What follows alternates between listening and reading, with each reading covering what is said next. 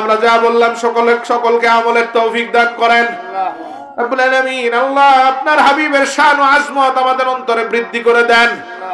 নূর নবীর নূরের কদমের দামান আমাদের জন্য আবশ্যিক দুনিয়া এবং আখিরাতে করে দেন।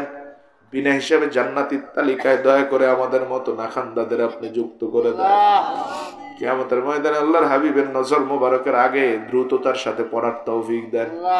রাসূলুল্লাহর মুহাব্বত ও ইশক বিরোধী সকল কার্যক্রম থেকে, অপবিত্র কার্যক্রম থেকে আমাদের হেফাজত করেন।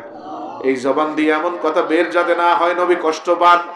এই জবান দিয়ে এমন কোন ফতুয়া যাতে বের না হয় যা রাসূলুল্লাহর শানের বিরুদ্ধে চলে যায়, কবুল করেন আল্লাহ। এই জবানে যাতে রাসূলুল্লাহর দুরূদ ও সালাম, আল্লাহর হাবিবের শানের স্তুতি বেশি বেশি বের হয়, এমন করে মৃত্যু পর্যন্ত আমাদেরকে কবুল করেন আল্লাহ। এই কাজে অগ্রণী ভূমিকা পালন করে আমাদের অন্তরকে শিথিল যিনি করেছেন আল্লামা সাহেব কিবলা ফুলতলি রহমতুল্লাহি আলাইহি, আল্লাহর ওলির দরজাতকে বহু গুণে বৃদ্ধি করে দেন আল্লাহ। এই পবিত্র জমিনকে পবিত্র করতে যত আউলিয়া কেরামের পদচারণ করেছে শাহজালাল রহমতুল্লাহি আলাইহি থেকে আপনার নির্বাচিত সকল ওলির মাকামাতকে আপনি বুলন্দ করে দেন।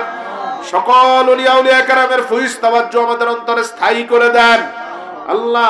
আমাদের তাকওয়া ইখলাস দিন দিন বাড়িয়ে দেন আল্লাহ। ফিতনাদার যারা ফিতনা তৈরি করে তাদের বিরুদ্ধে আমাদেরকে সীসা ডালা প্রাচীরের মতো ঐক্যবদ্ধ করে দেন।